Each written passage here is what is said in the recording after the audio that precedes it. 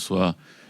Merci pour cette présentation parce que c'est tout à fait vrai. Je suis très sensible à l'idée de quartier, à l'idée de petits groupes, même communautés, sensibilité semblable, émotions particulières.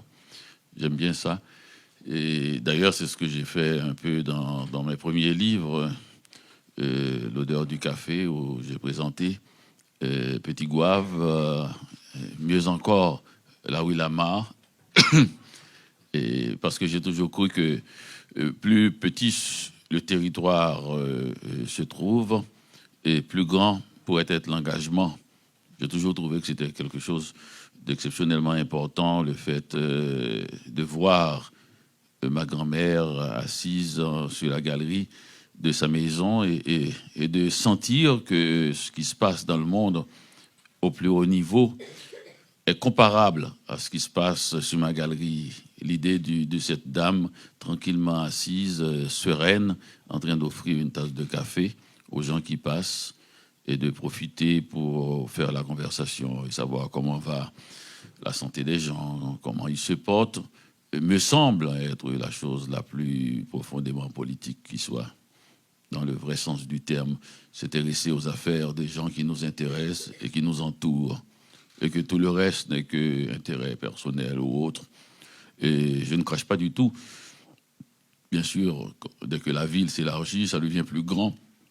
Les difficultés deviennent et surgissent, mais je crois quand même qu'il faut toujours revenir à la base, à l'idée de bien vivre ensemble, tout simplement.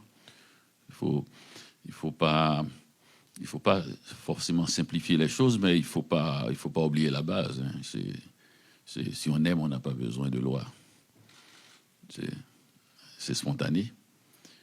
Donc c'est pour cela que je suis bien content d'être de Haounsik et de pouvoir présenter ici au Café de Da, et puisque je viens parler d'elle, je me demande ce qu'elle penserait, et elle, la petite Gouave, qui ne bouge pas d'ailleurs. Les rares fois que ma grand-mère marchait dans la rue, les gens s'étonnaient. C'est comme si une montagne venait de se déplacer parce qu'elle était toujours assise dans le même coin de la galerie et du côté gauche de la galerie, et se dodinant et essayant de repérer les nuages qui annoncent une pluie ou pas. Et là, la voilà à Montréal, dans ce coin de rue, et elle qui n'a pas connu Montréal, bien sûr. Donc, je me demande ce qu'elle aurait pensé de cela. Tout cela parce que son petit-fils a voulu qu'elle soit dans un livre, ce qu'elle méritait amplement. On a mis des méchants dans les livres, pourquoi pas ma grand-mère alors? Donc, ça m'émeut toujours quand je vois son nom sur Internet, le Café de Da. Et je suis toujours très ému par cela. Et ça m'émeut doublement, d'abord par la relation filiale qu'il y a entre elle et moi, et aussi par ce que cela dit de la littérature. C'est un peu la promesse que nous avait faite la littérature au début de notre adolescence, et de faire en sorte que la littérature permet un prolongement de notre sensibilité, de notre affection. C'est ça l'idée de l'amour, c'est-à-dire aimer l'autre même quand il n'est pas là. Et c'est ça aussi la promesse de la littérature. Faire vivre quelqu'un même quand il n'est pas là. Avec la littérature, les gens ne disparaissent pas, puisque voilà que ma grand-mère est là et que je la représente assise sur ma galerie aussi. Et vous voilà devant moi. Et voilà. Aujourd'hui, on parle d'histoire, on va causer. Et j'étais la semaine dernière avec mon ami Rodney Saint-Éloi qui est ici. On avait causé de littérature et de peinture. Et malheureusement, vous n'avez pas voulu venir. Et non, il y avait d'autres gens qui étaient peut-être vous d'une certaine manière aussi. Et j'ai voulu causer d'histoire d'Haïti. Ça s'appelle un après-midi d'histoire. C'est-à-dire, c'est pas du tout savant, pour la simple raison que je n'en sais pas plus. L'histoire que je vais remémorer, c'est simplement celle que j'ai appris à l'école enfant. J'ai toujours été étonné d'ailleurs en arrivant au Québec de voir qu'on n'a pas faire de l'histoire une propagande. L'histoire doit être inscrite dans la chair des enfants. Ils doivent, d'ailleurs, c'est un professeur, je me demande même si c'était pas un Québécois, oui, je crois que c'était le frère Barbe qui m'avait dit on devrait être réveillé au moment de mourir et tu dois pouvoir réciter les grands thèmes de ta culture, de ton pays, les grandes dates, tu devrais savoir cela, même au moment de mourir. Et je crois que la seule façon de faire en sorte que cela puisse remonter à un moment si extrême, c'est de l'inscrire le plus tôt possible dans la chair des enfants. Après, il y a une autre façon d'analyser l'histoire, et parce que la première histoire, elle est partiale, elle dit exactement que nous sommes les meilleurs, et plus tard, on va mettre cette histoire face aux autres histoires du monde. Et là, on verra les difficultés, on verra nos erreurs, mais je crois que tout individu devrait, comme on aime sa mère, hein, et puis après, plus tard, on pourra discuter des petites difficultés de relations entre ses parents et soi. Mais il faut quand même ce premier sentiment devrait être inscrit. Et je crois que c'est très important aussi. On parle beaucoup d'identité pour la question d'identité profonde. Et c'est extrêmement important que l'individu sache qui il est tout le temps. Ce n'est pas la question. Quelqu'un dernièrement m'a demandé, et d'ailleurs un journaliste français au téléphone, est-ce que votre prochain livre, votre dernier livre, est-ce que c'est une quête d'identité? Ah, j'ai dit non, pas les Haïtiens. On n'a rien, mais on a un trop plein d'identité.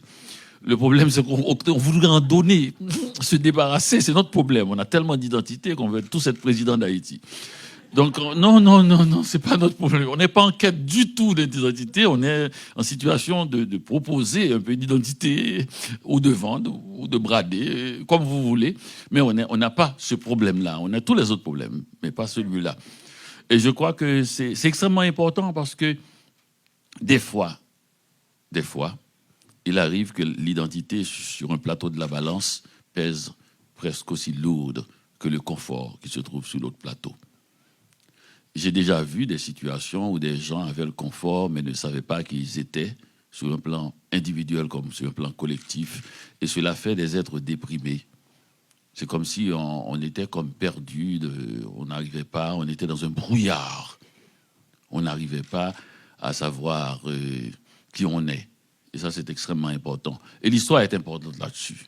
Pour nous le dire, on devrait le savoir.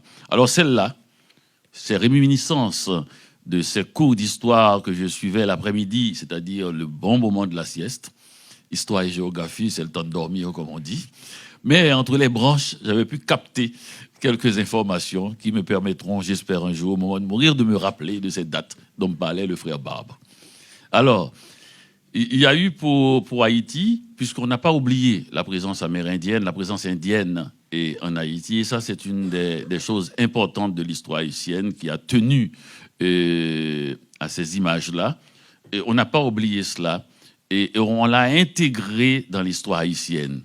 Alors, il y avait bien avant que les Noirs arrivent d'Afrique et pour exploiter la terre de Saint-Domingue, Hispaniola, et il y a eu les Indiens. Alors, l'histoire haïtienne, dans une tendance lyrique, dit que les Indiens qui refusaient de travailler, dans un sens subversif et intéressant, parce qu'ils préféraient la danse, la poésie, et ils n'étaient pas sensibles à ce travail très dur, et mouraient en grand nombre. C'était pas leur but dans la vie, c'était pas de travailler pour les colons qui arrivaient d'Europe et qui voulaient les faire travailler jusqu'à mourir.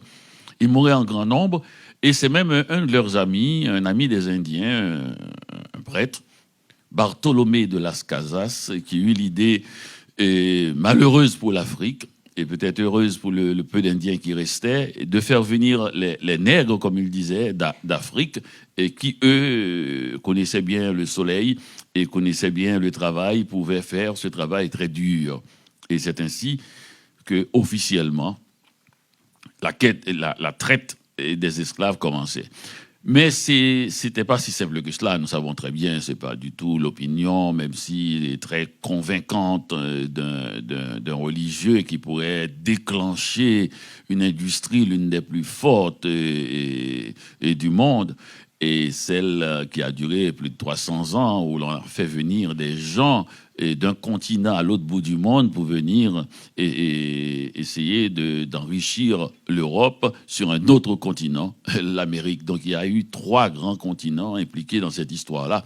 Je ne pense pas que l'opinion d'un curé pouvait, même si c'était Las Casas, pour arriver là. Les gens voulaient cela. La traite des Noirs, des Africains, est une affaire d'ailleurs qui a bien existé avant l'Europe aussi. La traite, c'est-à-dire faire des gens, des prisonniers, et les faire travailler gratuitement, c'est le vieux rêve humain. D'ailleurs, on n'a qu'à fermer les yeux, ils vont nous envoyer dans les usines et puis on va travailler gratuitement. Hein. Ne vous inquiétez pas, ce rêve n'a pas disparu. C'est une lutte incessante qui fait que ce rêve ne revienne pas de sitôt. Ce n'est pas par hasard. Donc il a fallu quand même convaincre l'Europe, quand même, que faire venir des gens de si loin pour venir travailler presque gratuitement et crever sous le labeur. Et il a fallu convaincre l'Europe que ces gens-là n'étaient pas des êtres humains, parce que sinon, c'est pas possible. Et c'est pas tout le monde, les gens, quand même, tous les gens en Europe n'étaient pas juste des salauds. Les gens disaient, mais non, c'est pas possible, vous pouvez pas faire ça. Il dit, oui, mais ils n'ont pas d'âme. Montesquieu l'a dit, ils n'ont pas d'âme. Comment voulez-vous qu'une âme si blanche puisse se loger dans un corps si noir, disait Montesquieu. Donc il a fallu aussi, c'est beaucoup d'intérêt et beaucoup d'argent.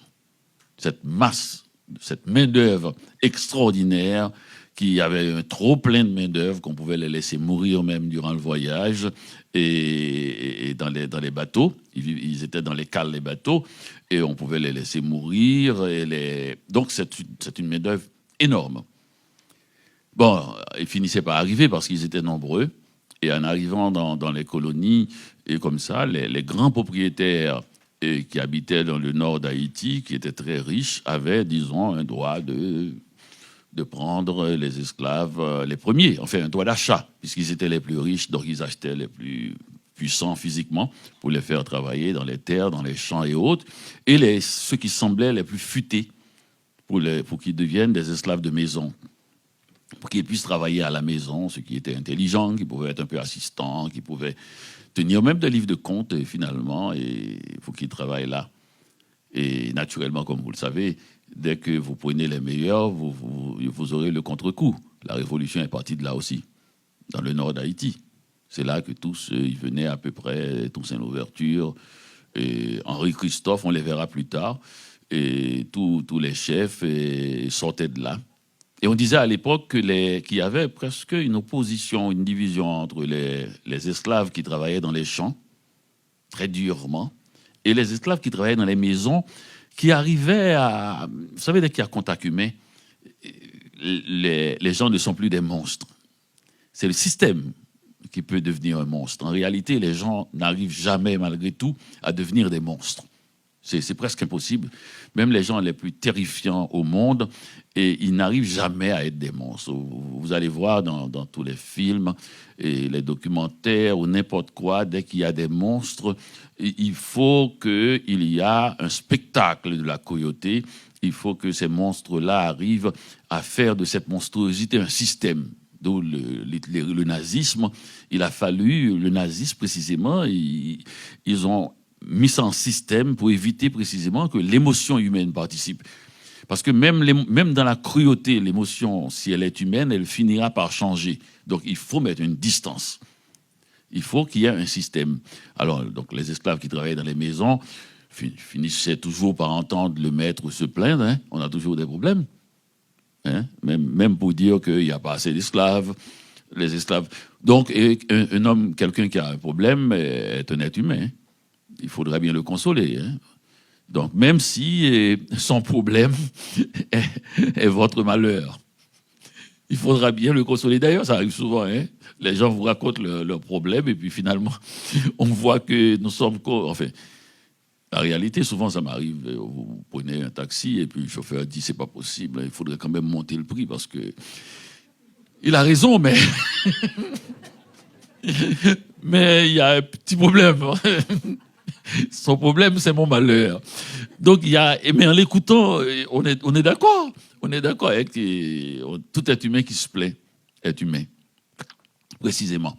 Alors, ces esclaves qui travaillaient dans les champs, paraît-il, quand il y avait le feu, et dans les industries, dans les entreprises industrielles, avec le sucre, on en parlera, dans ces grandes entreprises qui devraient apporter beaucoup d'argent, l'Europe en avait beaucoup pour faire la guerre, c'était ça l'affaire. C'était pour faire la guerre.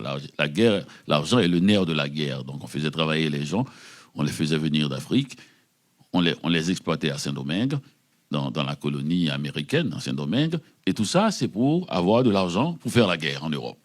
Donc on n'en sortira pas et dans cette histoire-là.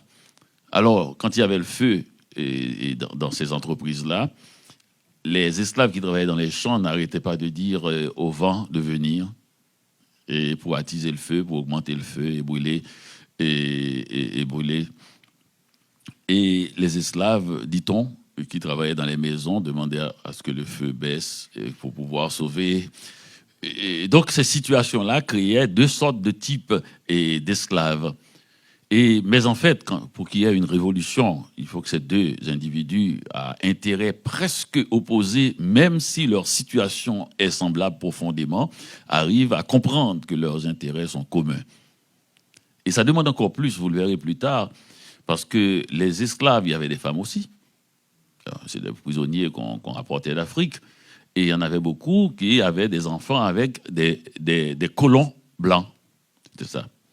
Alors, avec des colons blancs, et ces enfants-là étaient ce qu'on appelle les affranchis. Ils étaient les premiers libres, disons, qui n'étaient pas des Européens. Ils étaient des affranchis, mais les Noirs aussi pouvaient devenir libres aussi, mais ça demande toutes sortes de choses, avoir travaillé longtemps sur la plantation, avoir un maître qui pouvait vous rendre libre.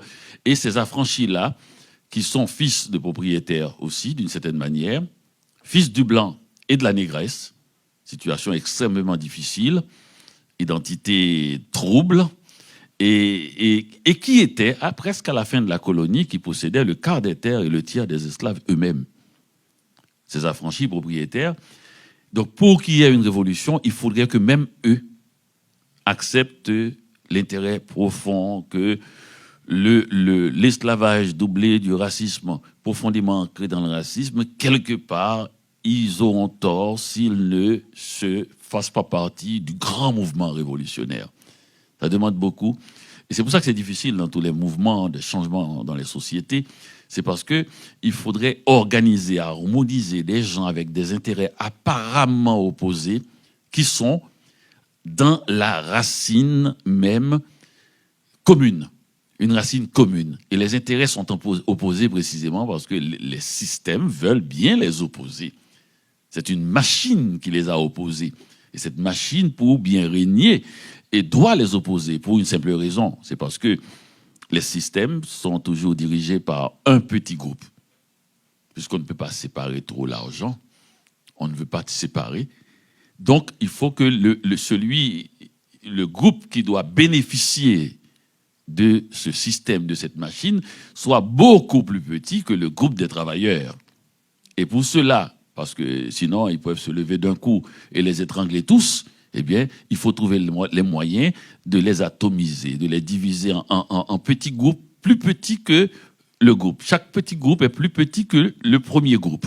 Donc on peut, enfin, vous connaissez le truc, vous le vivez aussi, parce qu'on le vit partout avec nos situations. Donc voilà un peu Saint-Domingue. Saint-Domingue, ça va devenir Haïti. C'était à l'époque la République dominicaine, qui est la moitié d'île, et la République d'Haïti. Ça s'appelait Saint-Domingue Hispaniola, parce qu'il y avait eu les Espagnols, il y avait eu les Français, il y avait eu les Anglais, sur un tout petit territoire minuscule. La partie Haïti fait 27 250 km².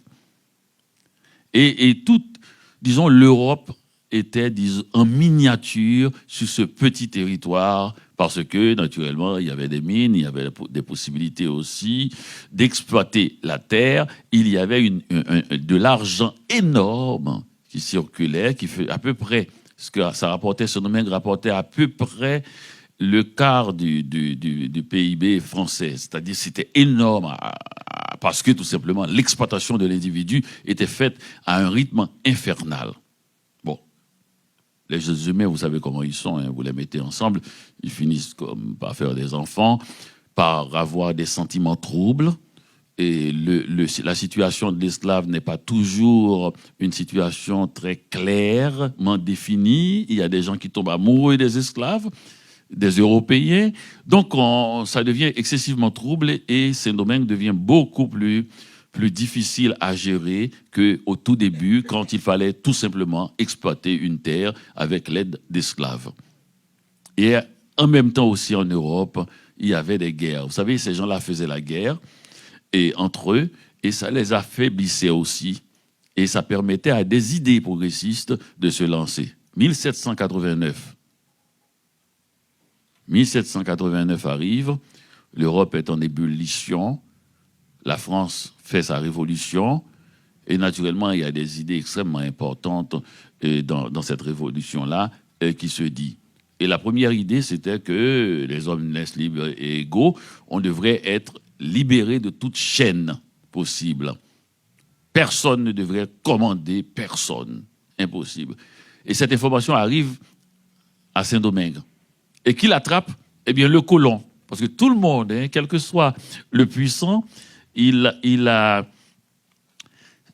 quel que soit le puissant, il y a toujours quelqu'un au-dessus de lui qui l'écrase d'une manière ou d'une autre. Il a toujours besoin d'une liberté aussi. Alors, le colon en Haïti qui faisait, à Saint-Domingue, qui faisait ce qu'il voulait, et était dominé par un autre système, le système français, le colbertisme, qui était le ministre Colbert, qui disait tout par et pour la métropole. Ah, oui, quand on est à Saint-Domingue, c'est très loin. Hein. On fait ce qu'on veut, on peut tuer qui on veut, on ramasse la richesse comme on veut, et même maintenant, cette richesse-là, souvent, mettons, en biens comme la canne à sucre et autres, le cacao, il faudrait le vendre à quelqu'un. Et brusquement arrive l'argent, c'est-à-dire celui qui le possède, c'est votre maître, et c'est l'Europe. Et le système de Colbert dit tout simplement qu'on ne peut vendre qu'à la France, mettons pour la France. Quand c'est la métropole, c'est française. On ne peut vendre qu'à la France. Et que font les gens? Quand les gens veulent qu'on augmente le prix des marchandises, eh bien, on laisse les marchandises pourrir dans les ports de Nantes, de La Rochelle, et puis on laisse les marchandises pourrir dans les ports d'Haïti et de Saint-Domingue. Et pour baisser les prix, pour les punir de vouloir augmenter les prix, vous savez, c'est ça qui est intéressant, c'est que vous pouvez faire un système excessivement simple. Nous exploitons des gens qui n'ont aucun pouvoir et nous ramassons le plus possible de biens et qui nous appartiennent. Et brusquement, les choses deviennent plus complexes. Brusquement, ceux qui exploitent sont exploités eux aussi. Et ils ont dit, nous, à Saint-Domingue, on veut la liberté. Ils n'arrêtent pas de le dire. Hein. Vous savez, les gens, hein, quand ils ont des marottes, ce sont des monomaniaques, ils n'arrêtent pas de le dire. Finalement, il y a des gens qui entendent, ah bon, le mot liberté. Ah bon, nous aussi, on veut la liberté, disent les affranchis. Les affranchis qui possédaient, comme je vous l'ai dit, le tiers des terres et le quart des esclaves aussi, et qui étaient fils d'esclaves. Parce que, beaucoup plus même que les races, les intérêts d'argent sont puissants et irriguent dans toutes les classes sociales, dans tous les groupes sociaux. Donc la question d'une affaire de couleur, une affaire d'esclaves ne tenait plus. C'est qui avait le pouvoir d'argent. Fils de négresses et de blancs, les affranchis, eux aussi disent, nous voulons être libres. Et qu'est-ce qui leur manquait? Les colons avaient tout, mais sauf... Ils ne pouvaient pas vendre à qui ils voulaient. Puisque les Français, la France dit, vous ne vendez qu'à moi. Alors que la Hollande veut acheter à des prix 3 fois le prix que propose la France. Les Américains veulent acheter encore plus cher. Mais vous n'avez pas le droit. Vous nous vendez à nous et nous vendrons aux Américains et aux Hollandais. C'est embêtant, hein?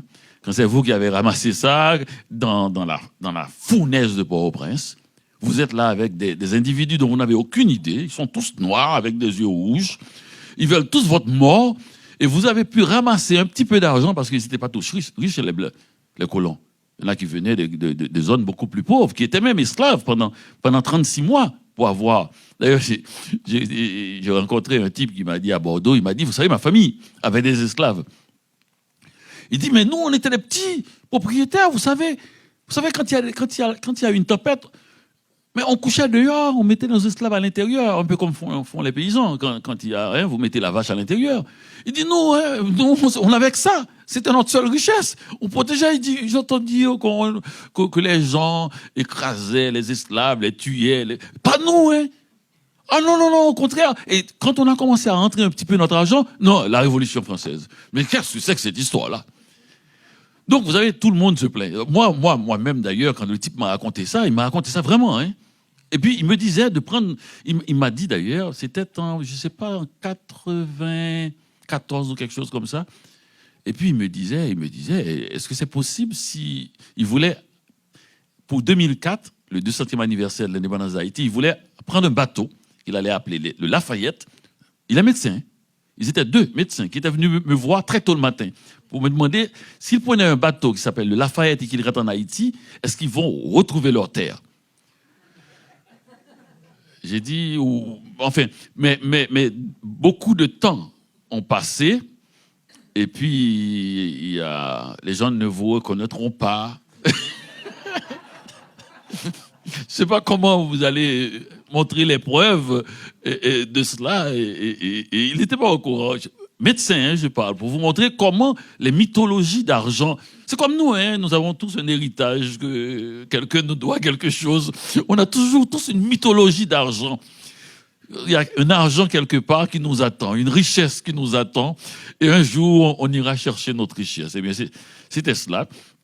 Et les affranchis se disent, bon, écoutez, nous, ce qu'on veut, c'est la liberté politique. Parce que nous avons l'argent. Jamais nous ne pourrons transiger avec l'Europe. On va laisser ça aux colons. Mais nous voudrions avoir une présence politique. Une présence politique. Vous voyez, eux-mêmes aussi voulaient la liberté. Ils voulaient cette liberté-là. Et il y avait que les esclaves qui ne voulaient rien. Ils voulaient que la liberté. Il n'y avait pas d'adjectif à côté, pas de liberté politique. Les colons européens voulaient la liberté économique, pouvoir négocier et vendre où ils veulent au monde. Les affranchis voulaient la liberté politique. Les esclaves voulaient juste la liberté. Et naturellement, vous savez très bien que quand on fait des contestations, des batailles, plus le but est simple, plus vous avez de chances de gagner. Il n'y a pas de débat là. C'est pas, tu vois, la question référendaire haïtienne à l'époque était simple. Êtes-vous pour ou contre la liberté? Elle était simple et la réponse, c'était le feu. C'était le feu, vous la verrez tout à l'heure. Et cette liberté-là, voilà, on est dans cette colonisation. Voilà, le feu est parti. Et le feu est parti et la chose était très simple. C'est une bataille qui a commencé. C'est très compliqué à comprendre cette bataille qui s'est passée dans la colonie. Il faut imaginer un esclave qui s'appelle Toussaint Louverture. Il est maigre, on pourrait le voir. Voilà. Ce type, il est maigrichon. Il a appris à lire un peu avec un vieil oncle sur le tas. Et il écrit très bien. Il fait des fautes et ses fautes sont d'une beauté magnifique. Et nous disons madame. J'ai vu une de ses lettres. Nous écrivons madame, M-A-D-A-M-E. Lui, en parlant de sa femme, il écrit madame. Ma-M-A et puis dame. J'ai trouvé ça très joli. Il est un des stratèges, comme il en existe très peu au monde. Le cinéaste Eisenstein parle d'un des 5 plus grands stratèges de tous les temps. On parle d'un esclave qui, sous l'esclavage, avait déjà une proposition de constitution en 1802. Il s'est fortifié, il a appris à monter à cheval parce qu'il se trouvait maigrichon, on l'appelait Fatra Bâton, dont il était maigre, et il est devenu un cavalier émérite, et il entreprend de faire quelque chose qui était peu courant. Il ne se contentait pas d'être un guerrier extraordinaire, et malgré l'image qu'il a d'un grand stratège, il a été blessé dans 17 batailles, et notamment à la ravine à Couleuvre, et il entreprend de diriger la colonie, un esclave. Il est devenu, à la fin, général en chef de toutes les armées françaises et gouverneur général de la colonie, de sa propre volonté. C'est-à-dire, ce n'était pas un cadeau. Il a fait exactement ce que le système avait fait. Quand il a remarqué, et selon la théorie française, il a remarqué que les Espagnols ne tenaient pas leur parole et qu'ils n'avaient en tête que de donner des médailles. Alors il a quitté l'armée espagnole pour aller à l'armée française. Et dès qu'il est passé à l'armée française, toutes les villes qui ont été prises à la France par l'Espagne et l'Angleterre sont redevenues françaises. Ça, c'est la version française. Pour la version anglaise, et Toussaint a remarqué que les Français étaient fourbes, parce que vous pouvez toujours dire que l'autre, il a quitté la France aussi, il a fait la même chose. Mais en fait, il s'est établi comme un pion fondamental, ou une pièce plutôt, fondamentale, et dans ce qui se passait, se tramait, et dans cette colonie, où qui était un peu, disons, une Europe de poche. Tous les grands fantasmes de l'Europe se déchaînaient dans cette colonie. Et ce n'était pas n'importe qui était là. Quand ils ont mis le feu dans les ateliers et dans les trucs de canne à sucre, et quand les esclaves se sont dit, écoutez, c'est très simple. On va mettre le feu, et puis on va empoisonner les sources, et on ne le dira ni aux maîtres, ni aux esclaves. Ça s'appelle l'opération de panique. C'est vrai que c'est ennuyeux. Hein? Quand vous pouvez toujours vous dire, quand vous vous doutez, est-ce que l'eau est empoisonnée, vous pouvez toujours dire à l'autre de boire avant. Et quand l'autre boit, parce qu'il ne sait pas, non pas plus que vous, et que l'autre est un esclave, alors vous buvez, vous mourrez. Alors les gens qui regardent, là, ils commencent, la panique est totale. C'est-à-dire, il n'y a pas de mot d'ordre, il n'y a pas de mot de passe pour savoir, personne n'est exempt. Et la raison est très simple, ils ont dit, écoutez, mettons qu'ils sont 30 000 et que nous sommes 800 000 ou 1 million, eh bien, si on s'empoisonne tous, ils mourront avant nous. Donc c'est quelque chose, c'est très rude parce qu'on a affaire avec des gens, des humains, qui, mis dans une situation où la loi n'existe pas, pour protéger les esclaves, Bonaparte a fait un code qui était tellement sévère, maintenant, qu'on croit que c'était un code qui était contre les esclaves. Et c'était tout simplement un code pour les protéger. Je pense que l'article 3 du code noir de Napoléon Bonaparte dit « l'esclave est un bien meuble ». Et c'était pour les protéger. Bien meuble appartient à l'État. Vous n'avez pas le droit, vous pouvez toujours les frapper, les trucs. Il y a des règles de nombre de coups de fouet. Et quand on lit ce code napoléonien maintenant, on se dit c'est pas possible, c'est une monstruosité totale. Et c'était pour les protéger. Et ça arrive à tous les humains. Vous êtes à l'autre bout du monde, on vous laisse tous les pouvoirs et vous avez le temps de vous corrompre totalement. Et l'argent est en jeu. La panique est là, puisque vous avez peur. Vous faites cet argent-là, mais vous le faites dans une jungle. Vous avez peur des maladies. La fièvre jaune va se déclarer. Vous avez peur des moustiques. Vous avez peur des gens. Vous avez peur des esclaves eux-mêmes. Puisque celui qui était présent dans la colonie, quand ils sont arrivés pour mettre de l'ordre, à un moment donné, quand Napoléon voulait rétablir l'esclavage, il a envoyé quand même 22 000 hommes et 86 bateaux de guerre pour rétablir l'esclavage. Ce n'était pas une plaisanterie. Et c'était son propre beau-fils et beau-frère, le général Leclerc, qui commandait. Donc ça veut dire qu'il n'a pas envoyé, qui est allé avec sa femme, Pauline Bonaparte, la sœur chérie de Napoléon. Donc ce n'est pas du tout une petite entreprise, et comme ça, de rien du tout. Donc ça veut dire, la France prenait très au sérieux cette affaire-là. Et voyez ces gens-là, livrés à eux-mêmes, avec des gens qui n'étaient pas des humains à leur disposition, l'esprit humain ne peut pas imaginer ce que les gens ont tenté pour essayer d'effrayer cette foule qu'ils exploitent, taillable et corvéable à merci, pour que ces gens-là n'aient jamais l'idée de se révolter.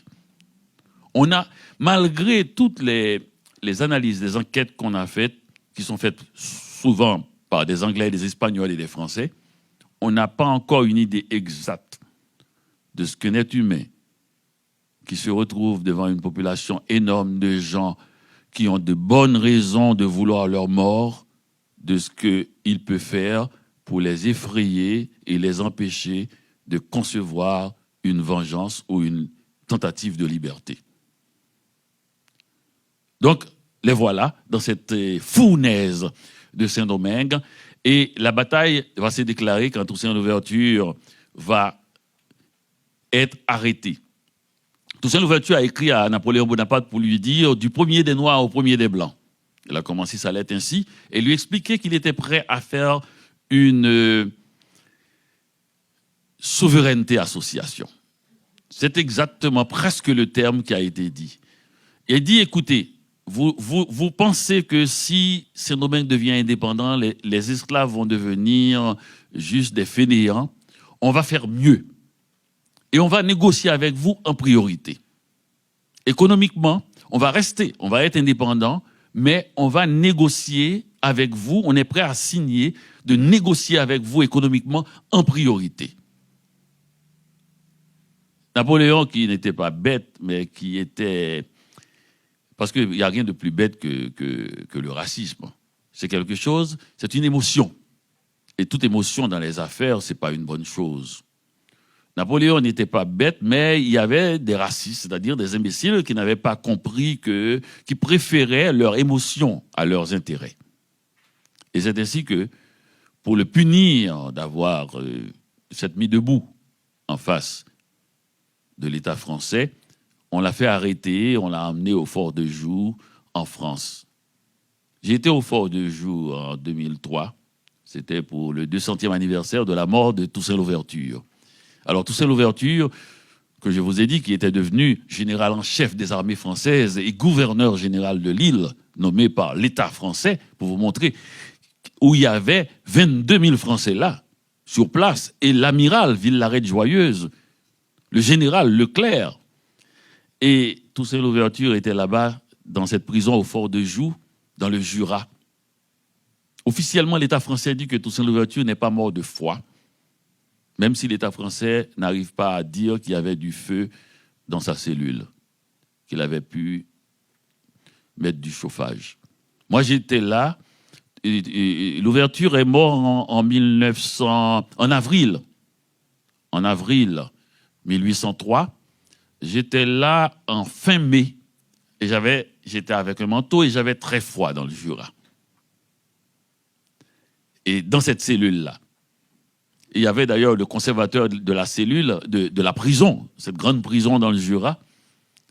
Le conservateur m'avait dit que devant des professeurs de français, d'histoire français de la région qui étaient là, qui étaient venus pour cette commémoration, il a dit que l'esclavage, que la liberté d'Haïti, l'indépendance d'Haïti, l'acte d'indépendance d'Haïti, 200 ans plus tard, il a dit que c'était un acte illégal. Donc alors là, vous voyez, vous ne pourrez jamais convaincre l'autre, si vous devenez indépendant, que c'est une bonne chose. 200 ans plus tard, il dit devant moi, devant des professeurs d'histoire français, que le fait de l'indépendance, heureusement, j'ai répondu très rapidement aussi, du même coup, je dis, est-ce que l'esclavage était un acte illégal? Il faut poser la question. Parce que c'est comme ça qu'ils font toujours. C'est comme ça qu'ils font toujours. Ils viennent chez vous, ils mettent des sceaux, ils mettent des règles, et après, vous ne pouvez que transgresser des règles, que tomber dans l'illégalité. Et ils pensent qu'on a oublié que leur présence est illégale. Donc c'est un peu ça, je me souviens d'ailleurs, il y a un texte qui est écrit même au Fort de Joux, dans la cellule de Toussaint. C'est un portrait que Bonaparte fait de Toussaint Louverture. Il a dit, l'homme est intelligent, rusé, retors, fourbe, sournois. Je le lisais à haute voix et à un moment donné, à la fin, j'ai dit, bon Dieu, quel autoportrait. C'était tout à fait cela, mais c'était aussi d'une certaine manière un hommage qu'un fourbe donnait à un autre fourbe. Est-ce qu'on connaît un chef de guerre qui ne soit pas fourbe? Un chef de guerre qui ne soit pas fourbe est un imbécile. Bah oui, qu'il fasse un autre métier. Il y a d'autres métiers dans le monde. Qu'il fasse la mécanique. Nous, on a besoin des mécaniciens qui ne soient pas fourbes. C'est ce qu'on réclame. C'est ce qu'on réclame. Alors, voilà, la révolution est faite. Avec, et après, la déportation de Toussaint Louverture, il est arrivé au Fort de Joux et tout ça. Et Dessalines, naturellement, Napoléon Bonaparte avait eu tort. Il a enlevé le plus modéré. L'évêque. Il a enlevé le plus modéré. des chefs de guerre de Saint-Domingue, et le plus brillant. Et qu'est-ce qui reste? Il reste des monstres. Jean-Jacques Dessalines, Henri Christophe, il reste Alexandre Pétion. Alors, il faut les présenter, ces messieurs. Jean-Jacques Dessalines, c'est pas un plaisantin. D'ailleurs, il le dit si bien, écoutez, nous allons foutre le feu dans toute la colonie, puisque c'est une question d'argent, et quand tout sera brûlé, on verra qui restera. Celui qui reste, c'est lui l'haïtien. Parce que c'est quelqu'un qui n'était pas là pour l'argent. C'est pour ça, des fois, il y a des difficultés à comprendre les débats politiques pour les Haïtiens, parce que la conquête d'indépendance était faite sur des critères tellement effrayants et anti-économiques. Parce que nous allons foutre le feu. Il a dit couper tête, brûler caille. C'est-à-dire couper les têtes et brûler les maisons. C'est le mot d'ordre. Donc on n'est plus... Ayant vu que Toussaint Louverture, qui était leur chef, le stratège, celui qu'ils respectaient, ayant vu que Toussaint a échoué, eh bien c'était fini. Maintenant on passe à l'extrême. C'est la guerre, c'est la révolution. Et la guerre est déclarée. Et cette guerre-là a été faite par des va-nu-pieds, dit-on, et ce qui est tout à fait faux, d'ailleurs. Cette guerre a été faite, les historiens. Vous savez, quand l'autre ne parle pas comme nous, on croit qu'il est bête. Ouais. N'importe quel individu qui arrive ici, ou en Angleterre, ou en Haïti, et qui parle avec un gros accent, qui n'arrive pas à dire ce qu'il pense, il peut être Einstein, on pense qu'il est imbécile. On lui dit, mais comment allez-vous? Il fait, comment allez... Eh bien, bien, je vais bien. Donc ça doit être un imbécile, il ne comprend même pas comment allez-vous. Alors que c'est tout simplement parce qu'il ne parle pas français encore. Bon. Alors on croit qu'il est bête, mais au fond, il y avait beaucoup de lettrés arabes dans l'armée domingoise. Et c'est pour cela que les gens se sont aperçus assez tard que les ordres étaient donnés à des distances énormes d'un bout à l'autre du pays et étaient observés très, très précisément. On pensait que c'était fait de bouche à oreille, alors qu'il y avait des textes, qu'il y avait des gens qui savaient et qui pouvaient écrire dans des langues africaines que les colons, les Européens, ne connaissaient pas. Donc il ne faut jamais sous-estimer l'autre. Parce que c'est la question de l'esclavage même qui posait la question. L'Europe a fini, après ces siècles, a fini par croire que l'esclavage était un état permanent. Et que c'est vrai, s'ils sont noirs, ils doivent être esclaves. Pas qu'ils sont esclaves, c'est leur condition même, leur nature. Alors que pour l'esclave, l'esclavage, ou pour l'Africain, à Saint-Domingue, l'esclavage était un mauvais quart d'heure à passer. Long, hein, long. 3 siècles de mauvais quart d'heure. Long, mais jamais il n'a laissé tomber l'idée qu'il était né pour être libre. D'ailleurs, c'est pour ça qu'il a pu, malgré tout cela, faire l'indépendance.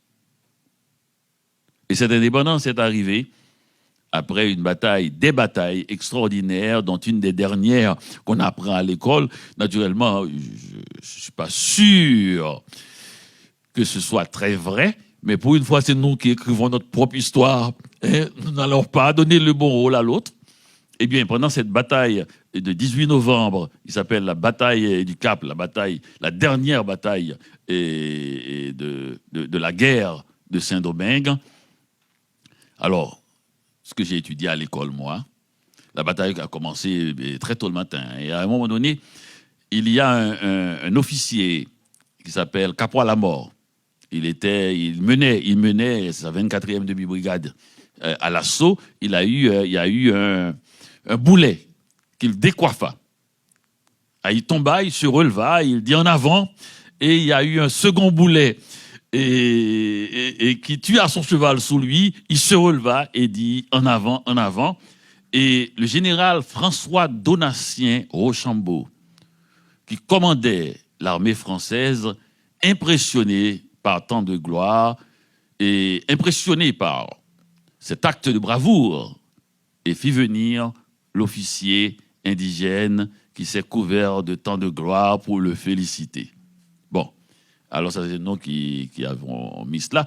Mais on a repoussé ce Rochambeau, ce François Donatien Rochambeau, jusqu'à la mer. Et c'est ainsi que l'armée française a été déboutée et l'armée française a dû partir et les esclaves, les anciens esclaves, l'armée indigène est devenue maître du sol. Une autre version. La version française. Il y a eu la fièvre jaune. Oh, on était un peu plus proche de l'Angleterre, les choses allaient un peu mieux. La Révolution française, les idées humanistes fleurissant dans la société française, bon, il fallait quand même laisser tomber cette histoire et choses. Je ne crois pas une seconde, je ne connais aucun système qui a laissé tomber ses intérêts, juste parce que c'est bon de le faire ou c'est bien de le faire. Je ne connais. D'ailleurs, pourquoi alors ils ont essayé de faire payer, ils ont fait payer à Saint-Domingue des années plus tard une fortune qui a coûté, et enfin, toute notre caisse nationale, littéralement. Charles X a fait ça. Donc, mais nous voilà entre nous-mêmes maintenant. On n'a plus l'anglais. Ah non, on n'a plus le français. Et on est entre nous. Nous sommes à la veille de l'indépendance. Le lendemain, ça va être la journée d'indépendance. Notre leçon d'histoire dit, pour la première fois dans le concert des nations, un peuple d'esclaves entra dans le concert des nations. Pour la première fois dans l'histoire des peuples, des esclaves entrèrent dans le concert des nations. Ça, c'est une phrase qu'il faut se rappeler au moment de mourir. C'est-à-dire, suivant le dictionnaire qui définit la révolution comme étant un chambardement total des valeurs établies, c'est la plus extrême révolution que les humains ont fait. Des esclaves sont devenus citoyens de par leur propre volonté et après une lutte armée. C'était impensable. C'était impensable. Alors, pour dire cela, le lendemain, 1er janvier 1804, le premier jour d'une nouvelle année, et naturellement, il y a eu branle-bas dans le quartier général de Jean-Jacques Dessalines. Féroce Dessalines, celui que nous n'arrivons jamais à exporter. Toussaint Louverture, c'est un stratège, un homme ouvert, un homme du monde, séducteur. Dessalines, c'est un buveur de sang. C'est-à-dire, je me souviens, quand j'ai été à la Martinique, on parlait d'indépendance et autres, il y a un libraire qui est très indépendantiste, un ami de Rodney, il m'a dit pourquoi les Martiniquais aiment beaucoup Toussaint? Parce que Glissant, Édouard Glissant, l'écrivain, a écrit un livre, Monsieur Toussaint, et c'est parce que Toussaint fait, il m'a répondu, c'est parce que Toussaint fait beaucoup de stratégies. C'est brillant, mais il n'a pas de résultat.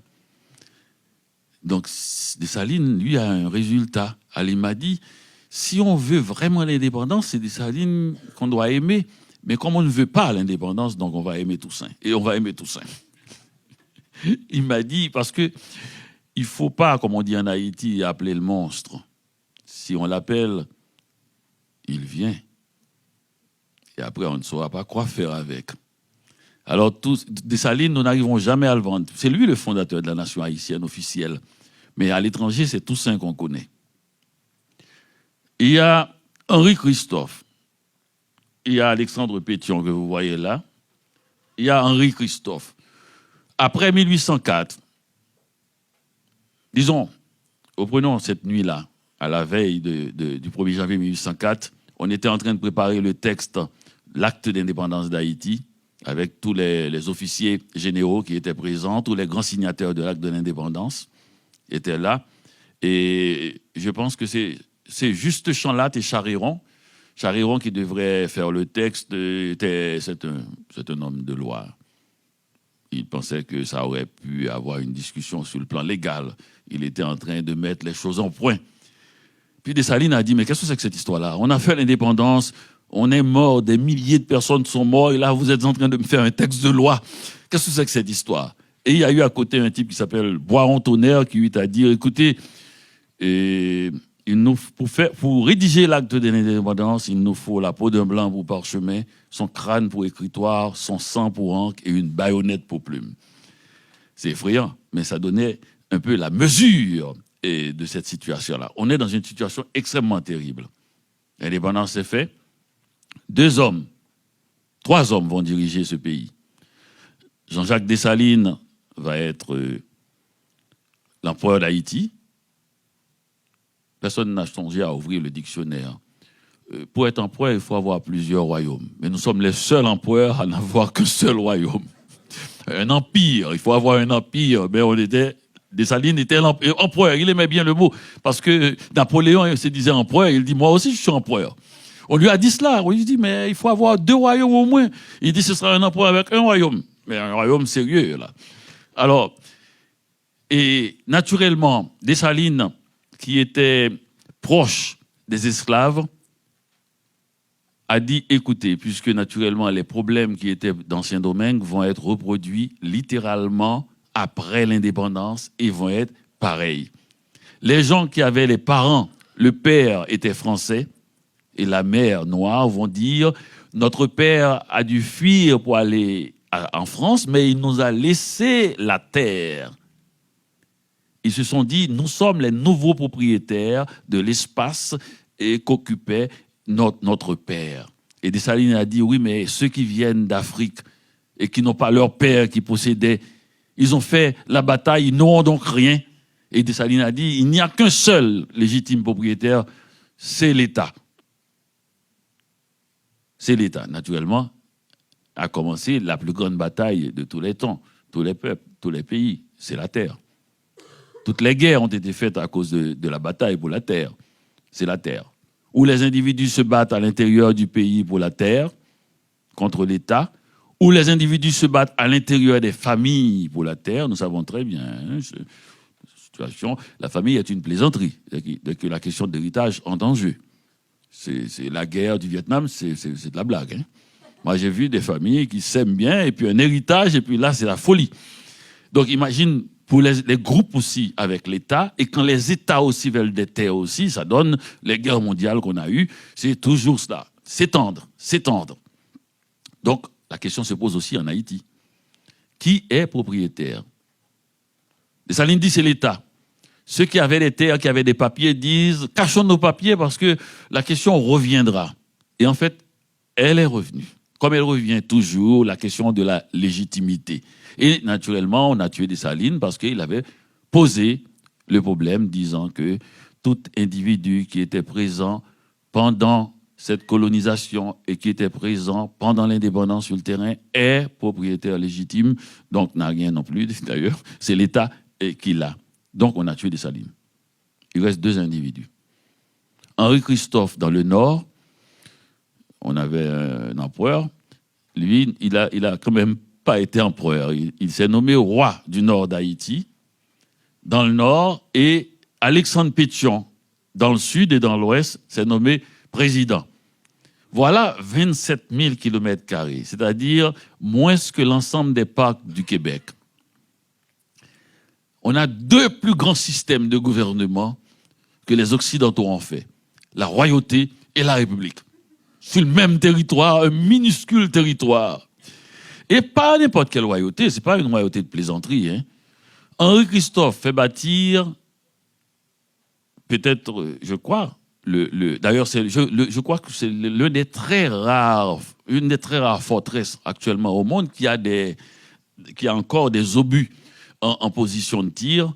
Henri Christophe fait bâtir la citadelle La Ferrière. Bon, oui. Oui, tout ce que vous voulez. Mais je suis républicain, hein. Je suis de l'Ouest. Fait bâtir la citadelle La Ferrière en prévision d'un retour offensif des Français. C'est étonnant quand même. Hein. Quand vous allez dans les pays où il y a eu des colonisations, vous verrez, quand vous voyez de grands monuments, c'est toujours le colon qui l'a bâti. Et cette fois-ci, quand vous allez dans le Nord, vous allez voir le palais de Sans Souci, incroyable. Je me souviendrai toujours de Malraux voyant ça, en disant, il voyait les fantômes, les zombies, et il voyait l'armée française, l'armée indigène, complètement halluciné, et devant le palais des Sans Soucis, le Petit Trianon, le palais des 365 portes. Il faisait bâtir une quinzaine de palais comme ça dans toute sa région. C'est-à-dire que la colonisation française n'a laissé rien de dur sur le sol de Saint-Domingue. Tout ce qui est dur a été construit par les esclaves après les anciens esclaves. C'est quand même assez étonnant. Et Christophe s'est dit, moi je suis un Anglais. Vous savez, j'ai écrit un livre, je suis un Japonais. Il a dit, je suis un Anglais parce qu'il aime l'Angleterre, il aime cette discipline, le flegme, il veut rien avoir à faire avec le caractère tropical. Et il aime la discipline parce que pour bâtir en si peu de temps, il est mort en 1820, mais c'est près de 16 ans, sans arrêt, il a bâti des palais incroyables. Il fallait qu'il ait une discipline de fer et qu'il l'impose. C'est un homme très dur. Le caporalisme agraire qu'il a mis sur place. Le christophisme, c'est-à-dire les gens travaillaient beaucoup plus que durant l'esclavage. Il a dit, c'est pas parce que nous sommes entre nous qu'il faut... Au contraire, nous voulons une colonie, un pays plutôt plus riche qu'une colonie. Dans le sud et dans l'ouest, il y a un homme qui a une manière complètement différente qui s'appelle Alexandre Pétion. On l'appelle Bon Papa Pétion. Pétion est le fils d'une négresse et d'un blanc. On le voit. Pétion est un homme extrêmement ouvert aussi. C'est lui qui a reçu Bolivar, qui a été épuisé par les combats, qui était venu se reposer avec Miranda. Et il les a reçus, et il leur a donné des armes et des munitions et des hommes pour aller combattre contre ses propres colonisateurs à lui, à Bolivar. Et Bolivar est rentré, on connaît la Bolivie, la Colombie, tous ces pays qu'il a libérés. Alexandre Pétion était un homme prudent. Il était d'accord à ce que d'autres gens qui n'étaient pas fils de blancs aient des terres, mais en même temps, il pensait que s'il l'imposait, ça va être la guerre. Tu vois, il y a des gens de chefs d'État qui n'aiment pas imposer. C'est pas charré, hein. Je veux dire, mais il y a quelque chose comme une sorte de prudence. On va pas.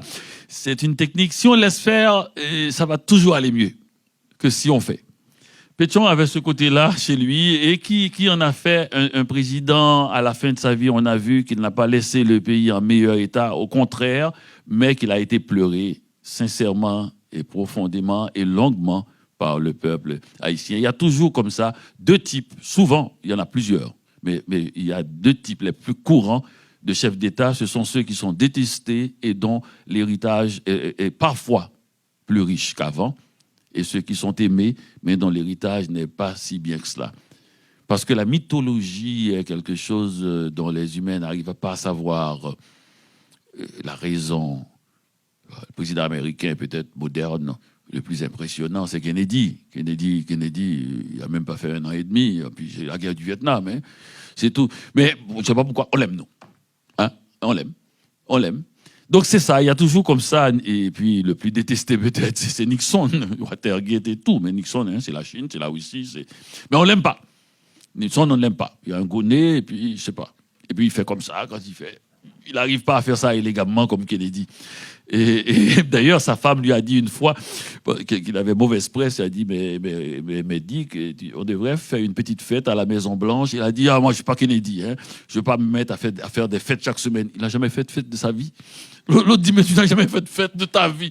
Il dit, moi, je ne suis pas Jack, hein, et Kennedy. Je ne vais pas me faire des fêtes chaque semaine au palais. Je n'ai pas besoin d'être aimé. Donc, c'est un peu cela.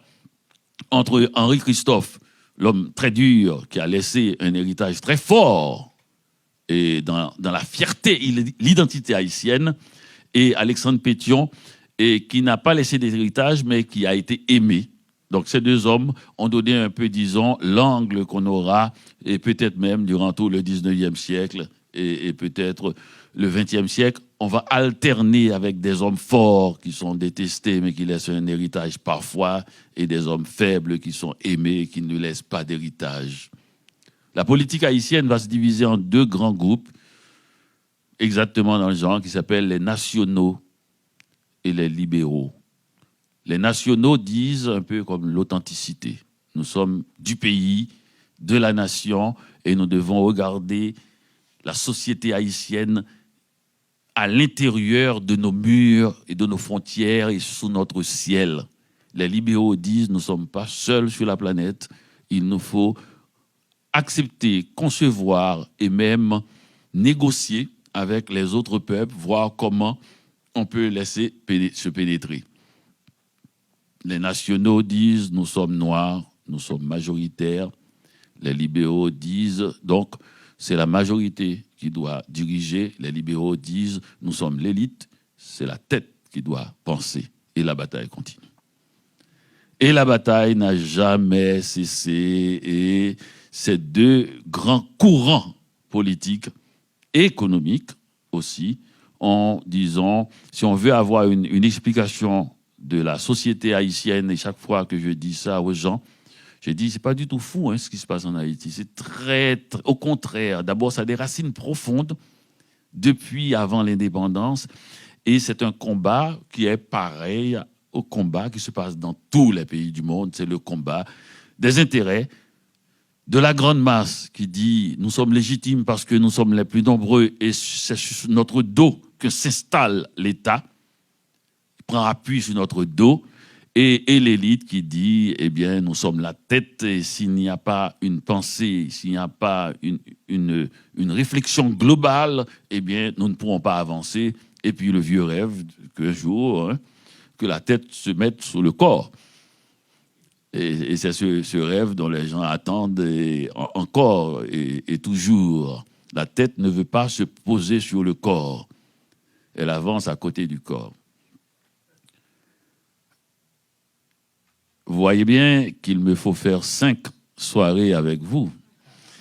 Parce que là, j'ai à peine sorti de la guerre et je vais prendre quelques questions que vous pouvez poser sur le reste, disons, de l'histoire haïtienne et d'autres secteurs aussi. Parce que si je rentre dans la nouvelle série, c'est-à-dire après l'indépendance, il va y avoir la politique de doublure. C'est quoi ça, la politique de doublure? C'est nommer, puisque la grande bataille que je vous ai dit, c'est la grande masse qui est noire, pauvre, c'est tout à fait, dont tout le discours populiste va s'appuyer sur ce que je suis en train de dire là, toute cette grande masse-là, eh bien, elle sera dirigée par une petite élite qui est faite des affranchis noirs et mulattes, et qui compose cette élite-là qui était déjà propriétaire depuis avant l'indépendance. Donc cette élite-là va diriger cette grande masse-là. Et comme s'il y a une grande masse, il faut quand même qu'il y ait identification entre les individus, les dirigés et les dirigeants. Donc on met à chaque fois à la tête du pouvoir des gens noirs comme eux. Ça s'appelle la politique de doublure. C'est-à-dire l'État, le président, est noir, mais tout le reste est d'une autre variété de couleurs et d'autres et d'intérêts. Et il y a une présence, la présence de quelqu'un, le président est noir, donc les noirs sont au pouvoir, c'est-à-dire la grande majorité. On dit noir là, ça a l'air à voir uniquement avec la race, mais ça a à voir plutôt avec l'identification. Nous savons très bien que quand ils étaient noirs sous la colonie, c'est eux qui subissaient la forte pression de l'oppression coloniale. Nous savons très bien s'ils n'étaient pas tout à fait noirs, donc il y a eu un mélange, il y a eu quelque chose. C'est-à-dire quelqu'un est rentré dans la case de la négresse un soir et n'en est pas ressorti avant l'aube. Donc, ça veut dire qu'il s'est passé quelque chose dans la société. Il y a eu des choses. Vous savez, les sociétés vivent le jour et il se passe des choses la nuit. Et dans tous les pays du monde, nous savons très bien ce qui se fait la nuit. C'est pour ça que c'est nuit d'ailleurs. Donc, le rapport du désir et du sexe est rentré avec force dans la case coloniale et en est ressorti une classe intermédiaire. Cette classe intermédiaire qui est faite de mulattes et de noirs souvent, de noirs libres parce qu'ils ont travaillé beaucoup, et de mulattes qui sont fils de blancs et de négresses. Ces gens étaient envoyés étudier en France. Pourquoi? Parce que c'est ainsi dans toutes les sociétés. Cette classe intermédiaire est toujours la plus brillante et la plus cultivée parce qu'elle n'a pas d'argent assez Dans toutes les sociétés, l'élite intellectuelle est faite d'individus qui auraient dû avoir l'argent. Ils ont toujours un héritage, mais qui, n'ayant pas l'argent, doit se diriger dans le savoir. C'est la petite bourgeoisie.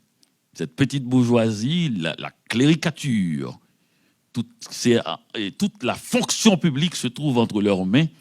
Et cette petite bourgeoisie crée une ambiguïté dans les rapports, puisque elle a toujours un pied ici et un autre pied là.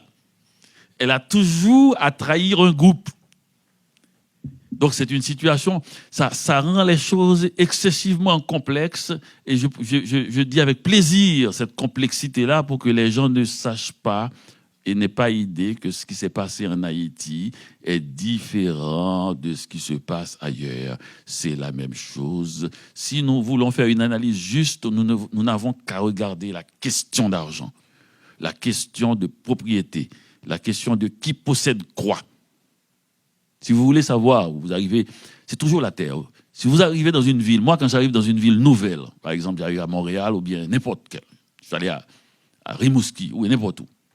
Quand j'arrive dans une ville nouvelle et je veux savoir qui possède quoi et comment est composée cette ville, puisqu'on ne vous laissera pas rentrer dans la maison, mais il y a un endroit très discret où on peut aller et ils se retrouvent tous. Et là, on peut analyser la composition et les composantes de cette société. C'est au cimetière. Vous y allez là, vous allez voir quelles sont les puissantes familles, les dimensions des tombes, et qui ne veut pas s'ouvrir à l'autre. Vous allez voir des fois, et la femme a le même nom de jeune fille que son mari. Et d'autres, ça veut dire on ne bouge pas, on se serre. Et dans tous les pays, hein, ça n'a rien à voir avec, on se marie entre nous ici, non, on tisse serré. Non, dans tous les pays, l'argent ne veut pas bouger. Quand tu as l'argent beaucoup, tu as une mentalité. Il ne faut pas faire trop de gens, trop d'enfants, pour que la propriété reste indivise, pour que ça ne se morcelle pas trop. Et il faut dire à tes enfants de ne pas épouser ces gens qui sont capables d'avoir 18 frères et sœurs, et dont le but est de morceler votre fortune. Alors pour cela, il faut se marier avec les gens qui ont la même mentalité que vous. Gérard, je ne sais pas, Martel a un enfant, un fils. Sa femme est morte. Son fils va épouser Sophie Durocher, qui est fille unique de M. Henri Durocher, qui lui aussi, sa femme est morte. Quelle fortune! Ils sont deux, il n'y a personne. Donc c'est le rêve. Le rêve, c'est qu'il n'y a même plus de parents. Il y a juste deux enfants uniques qui s'épousent. Quelle fortune! Mais si jamais un d'eux voudrait bien épouser, on connaît les Tremblay. Tu comprends? Tu ne peux pas épouser un type dont le nom est le plus nombreux dans l'annuaire téléphonique. Quand même un peu de jugeote. Tu vas être obligé de te marier avec tous les gens du Saguenay ou du lac Saint-Jean, c'est pas possible. Donc c'est cela un peu qui fait que les choses se resserrent un peu dans cette société. Alors il est 3h20. Je vais prendre les premières questions sur cette partie. Parce que nous allons passer la soirée.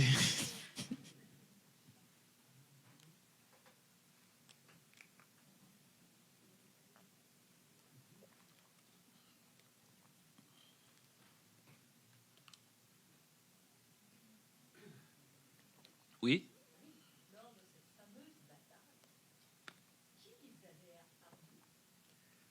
Lors de cette fameuse bataille, en fait, c'est une longue bataille. Elle a commencé en 1791, elle va se finir en 1802, le 18 novembre, on fait un peu plus loin, le 1er janvier 1803. Le 1er janvier 1804, c'était la cérémonie d'indépendance. Alors, qui avait armé et ces indigènes, cette armée indigène? Bonne question que ma femme va adorer, parce que je vais parler de son héros. Alors, c'est une histoire, vous avez vu comment les choses sont compliquées. Il n'y a pas de monstre uniforme, monotone. Il y a toujours un virus, un truc à l'intérieur du monstre lui-même. Alors, le monstre, c'était, disons, le principe de colonisation, de rendre les gens esclaves, et le ver, c'était 1789. Au fait, c'est 1789 qui avait armé.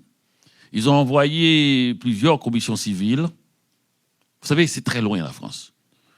La France est très loin et il faut prendre des bateaux, ça prend des semaines. Des fois, ils envoient des groupes de gens en leur disant, écoutez, appuyez tel groupe. Et puis, quand ils arrivent dans la colonie, les choses ont déjà changé. Complètement, ils ont des pics, des wrongmen. Ils ont appuyé le mauvais type. Alors là, ils ont envoyé un jeune commissaire de 28 ans à peu près, qui s'appelle Santonax. C'est un type fou.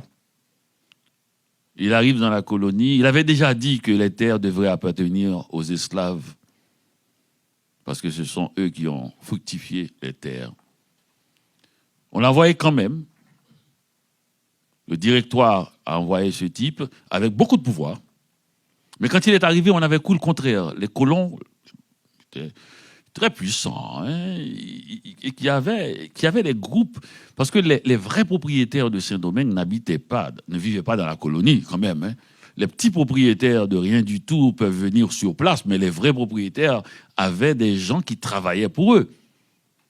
Donc eux, les vrais propriétaires étaient restés à Bordeaux, à La Rochelle, à Nantes, recevaient la fortune de Saint-Domingue et puis vivaient et donnaient à ces types qui travaillaient pour eux sur place, qui étaient eux-mêmes considérés comme des types importants, mais qui étaient ce qu'on appelle pas des sous-fifs, mais ils étaient des représentants. Alors ces types-là, ces propriétaires, ces colons qui étaient à Saint-Domingue, quand ils ont vu arriver une commission envoyé par la France, ils pensaient que c'était pour eux, c'était pour dire que, bon, écoutez, faites rentrer les esclaves dans les ateliers, parce que les esclaves étaient déjà sortis des ateliers, ils avaient mis le feu dans le haut du Cap, ils avaient mis le feu dans le nord, et ils avaient eu la cérémonie de bois caillement, une cérémonie pour faire peur, et disons, à l'État français qui était présent. Alors, quand ils ont ouvert un peu la déclaration, ils ont vu que c'était le contraire. La France disait qu'il faudrait absolument libérer les esclaves. C'était étonnant quand même. Et Santonax a distribué des armes, 12 000 fusils, certains disent 20 000, aux esclaves, en leur disant, quel que soit celui qui vient vous raconter qu'il doit vous prendre vos armes, c'est votre ennemi. Tirez à bout portant. C'est pas souvent dans l'histoire humaine que quelqu'un s'élève contre sa classe ou sa race ou ses intérêts envoyés par son État. Je crois que on a parlé de Toussaint Louverture, des Dessalines. Il faudrait ériger en Haïti aussi une statue importante à cet homme, ce jeune commissaire Santonax. Parce que je ne crois pas dans l'histoire humaine qu'il y a eu beaucoup de cas. Discours, on connaît. Même des discours très forts. Hein. D'Alembert avait fait des discours, il y avait, et comment s'appelle encore, qui a écrit beaucoup sur la vie des esclaves, l'encyclopédiste. Il y a beaucoup de discours, mais quelqu'un qui donne des armes, et en disant que, même si c'est moi, du moment qu'on vient, quelqu'un, avec quel que soit l'argument qui vous dit « donnez-moi votre fusil », c'est l'ennemi. Tirez. Oui? Moi, je voudrais savoir une chose. Vous savez que la France a vécu une défaite décisive ici en 1760 après avoir perdu la bataille des plaines d'Abraham l'année précédente. Et je voulais savoir si la manière de coloniser a beaucoup changé entre les méthodes de 1760 par les Français et celles qui prévalaient encore 40 ans plus tard quand Toussaint Louverture s'est soulevé. Est-ce que c'est possible, par exemple, qu'on ait été plus dur avec le peuple haïtien parce que ses membres paraissaient plus vulnérables qu'on l'a été avec les colons français d'ici, soit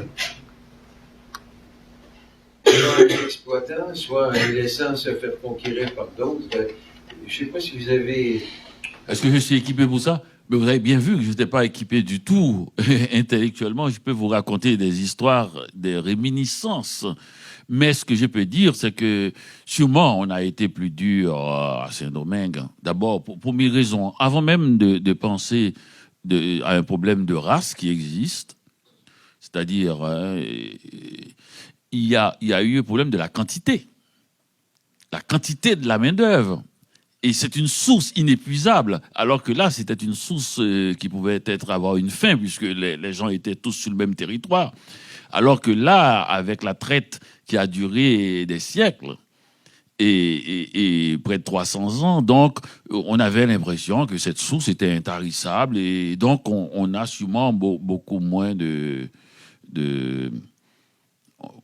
doigté, on prend beaucoup moins de précautions quant à la santé de ces gens. Et voilà. Oui. Vous avez parlé de l'invasion américaine, l'occupation américaine. Je vais venir, oui. Moi, je suis intéressé. Dès avant, dès l'indépendance, est-ce que la Révolution américaine, 1775, donc avant, c'était pas un modèle déjà pour les Haïtiens? Et est-ce que donc la solidarité avec les mouvements noirs qui se soulevaient déjà aussi, là, qui commençaient, est-ce que c'est pas commencé à ce moment-là aussi? Est-ce qu'il n'y a pas seulement l'Empire américain, mais est-ce qu'il y avait aussi le mouvement de libération qui était important? Oui, mais jusqu'à présent, on n'a pas encore de lien sérieux, serré avec les Américains noirs. On n'a pas laissé ça se passer. Déjà, et dès les premiers soulèvements aussi avec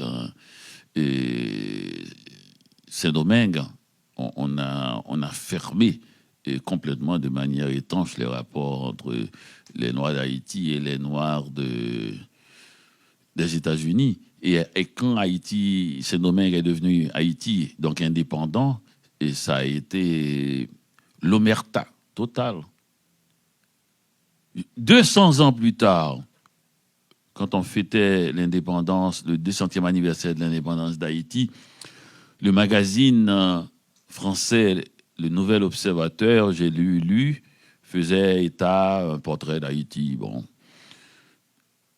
Et c'est quand même pas rien. 200 ans d'indépendance. Ils ont mis toutes les dates sauf le 1er janvier 1804, qui était la date de l'indépendance d'Haïti. C'est comme si et ça n'a pas existé. Ils sont là comme ça entre eux, mais c'est pas parce qu'ils ont fait quelque chose pour être indépendants. C'est quelque chose comme... Et là, on parle Nouvel Observateur, journal de gauche ou de centre-gauche, ou je ne sais pas. Français, c'est pas du tout colonialiste. D'ailleurs, ils sont nés même précisément dans l'anticolonialisme, Jean Daniel et tout ça. C'est comme si ça n'a jamais existé. Et c'est très rare. Il y a même eu un mouvement, j'ai l'impression, dans la presse française, pour ne pas dire le mot 1er janvier 1804.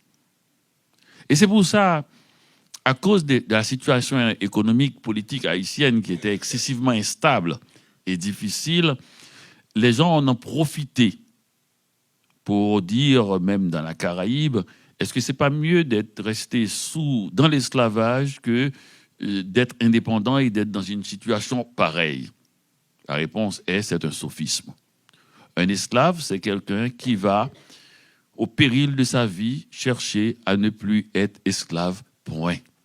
Ce qui arrive après, ça regarde les gens, ce qu'ils en ont fait de sa liberté à lui et de la liberté qu'il a installée sur le territoire où il vit.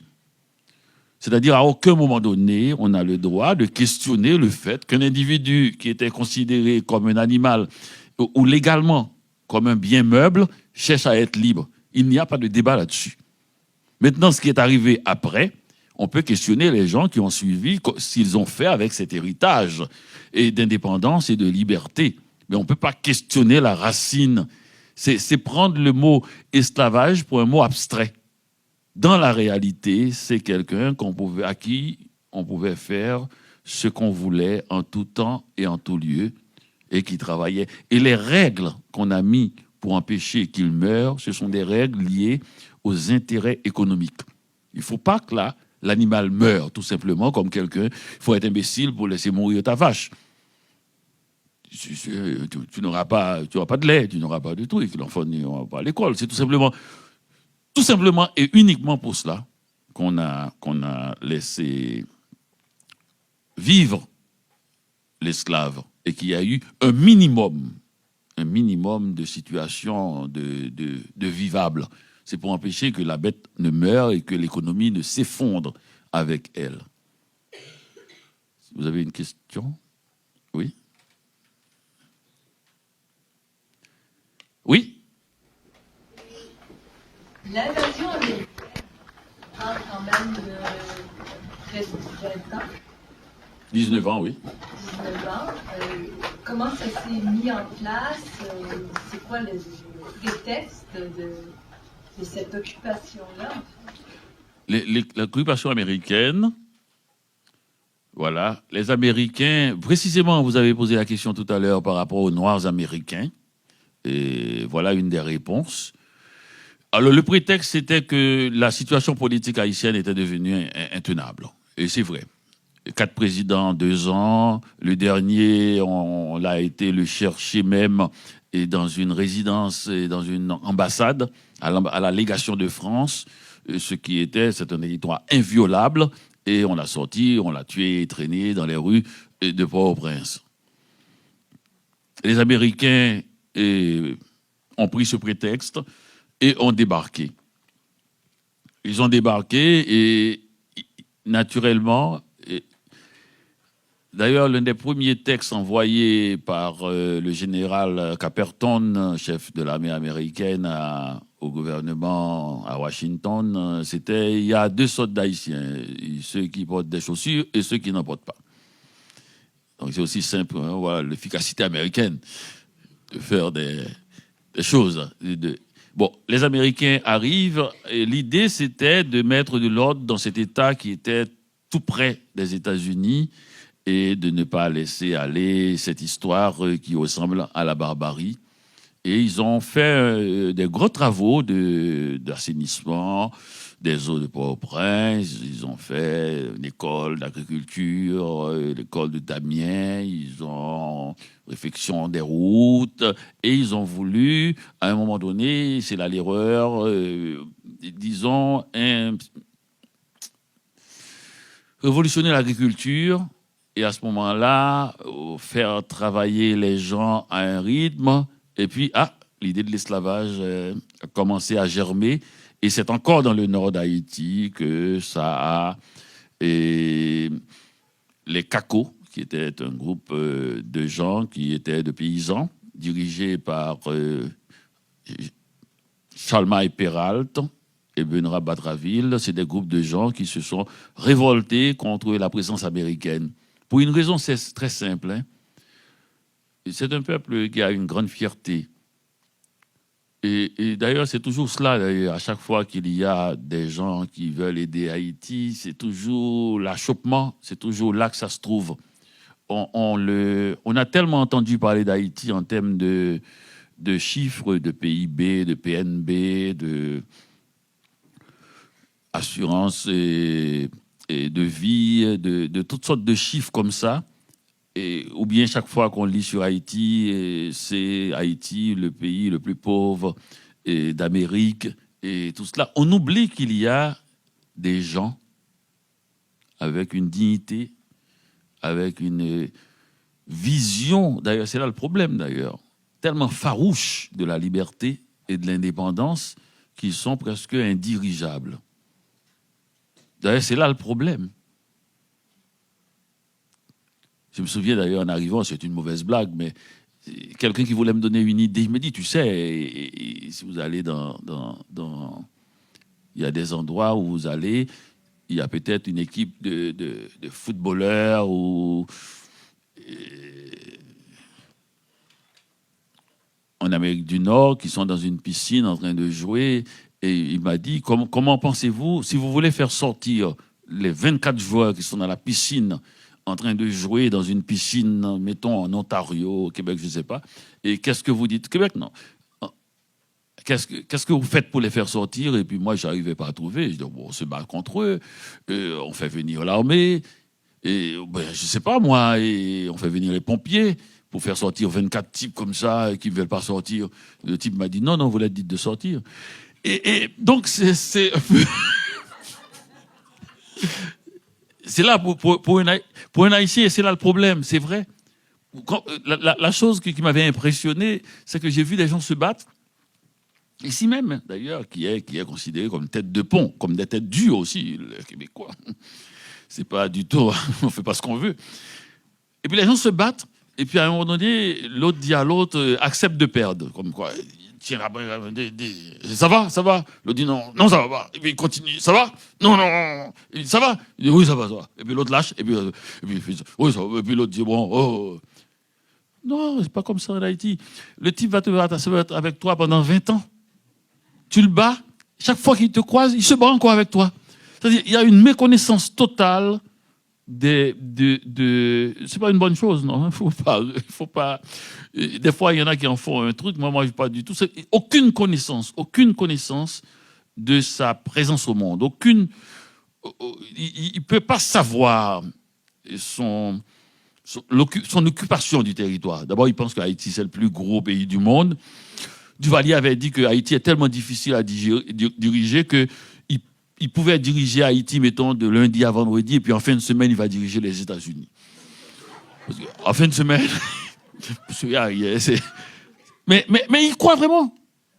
Il y croit vraiment profondément qu'il peut le faire comme ça. Et il n'a aucun sens de ce qu'il est. Il est tout petit, chaque fois qu'il croise l'autre plus gros, l'autre le bat, il continue à se battre, à chaque fois. Une sorte Mais en même temps, il faut imaginer maintenant 8 millions de personnes qui font ça. Donc, tu vois, on n'a plus de Premier ministre encore. Donc, il y a une instabilité totale dans cette histoire. Et il y a aussi une autre instabilité aussi qui est, je disais, je ne sais pas si c'est que je disais, la différence entre la dictature et la démocratie. Nous savons très bien, nous disons, il y a un État autoritaire, un gouvernement qui décrète, qui fait ce qu'il veut, et donc c'est la dictature, et puis la démocratie, c'est les gens qui discutent entre eux. Bon. Ça, oui. Mais sur un plan plus philosophique, et peut-être pourquoi il y a dictature des fois, et pourquoi il y a démocratie, plus philosophique. J'ai dit, prenons un exemple. Un Québécois et un Haïtien qui vont à la banque, ici. 3 heures. Il arrive devant la banque, c'est fermé à 3 heures. C'est 3 heures. Le Québécois fait. C'est lui qui a faute. C'est lui qui est en faute. Il n'est pas arrivé à l'heure. Il est en faute. Il dit, comme ça, bon. L'Haïtien, non, c'est la banque qui est en faute. Pourquoi il ferme à 3 heures? Pourquoi pas 3h30? Non, mais pourquoi? Il le prend personnel. Et il sonne, il frappe jusqu'à ce qu'on vienne ouvrir, il met son pied. Il ne va pas entrer. On ne va pas ouvrir sa banque pour lui. Mais il va parler, ça va jusqu'à 4 heures. Avec le pied dans le truc. Il bloque le système parce qu'il est en retard. Il le bloque et c'est en même temps, c'est pour ça que mon rêve, c'est que ces deux peuples vivent ensemble. Il le bloque et en même temps aussi, il fait questionner le système. Entre nous, pourquoi pas 3h30? Dit le sous-directeur au directeur. Parce qu'on a perdu un client, peut-être on ne sait pas combien. Donc il y a quelque chose. Alors quand tout le monde, parce que quand le type fait ça, il s'incline devant les règles et l'institution. Et ça fait marcher. La prochaine fois, il viendra à 3h moins le quart et tout le monde et les gens à l'intérieur de la banque iront chez eux à l'heure qu'il faut et des choses comme ça. Et ça roule. Il s'incline devant cette... Parce que lui aussi, quand il est à son travail, il demande la même chose. Mais toute cette chose-là qui roule très bien comme cela, nous savons très bien que nous fermons les yeux. Il y a aussi des injustices aussi. La machine roule sur le corps de beaucoup de gens aussi. C'est pas vrai que c'est facile comme ça. C'est pas vrai qu'en s'inclinant tout le temps devant les institutions, parce que ça va rouler bien pour moi, je vais le demander. C'est pas vrai que tout baigne.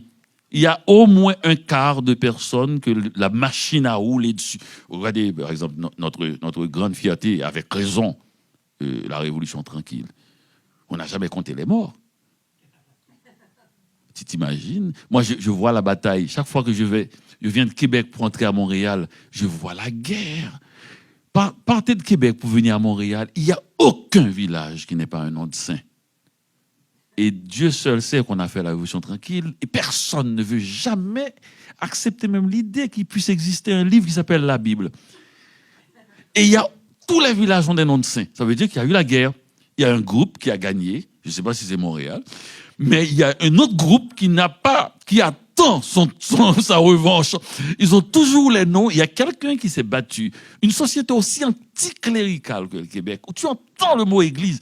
On te tue. Comment a-t-on pu accepter qu'il y a tous ces noms de saints?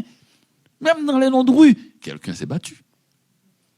Ah, c'est pas pour rien. Essayez d'aller changer. Quelqu'un a essayé d'aller changer la rue Saint-Joseph pour appeler ça, oui, bon.